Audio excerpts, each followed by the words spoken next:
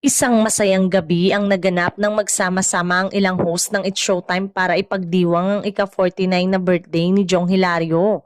Ginanap ang pagtitipon sa retro team resto na Take Me Back sa Quezon City na kilala sa nostalgic nitong ambience. Hindi lang sa It's Showtime kulang ang attendance ng mga host kundi pati na rin sa mga personal na selebrasyon ng kanilang mga kasamahan. Kakaunti lang ang mga nakadalo sa birthday celebration ni Jong Hilario kamakailan. Nakapost ito sa IG ni Vong Navarro kakabit ang photo op ng mga dumalong mainstay ng host na sina Ann Curtis, Ryan Bang, Vice Ganda, Darren Espanto, MC, Lassie, Ami Perez, Ogiel Casid, Regine Velasquez at dalawa pang babaeng host.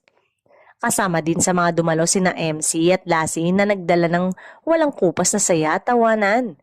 Wala si Kim Chu na alam naman ng lahat na nagsushooting ng serye nila ni Paolo Avellino sa Cebu.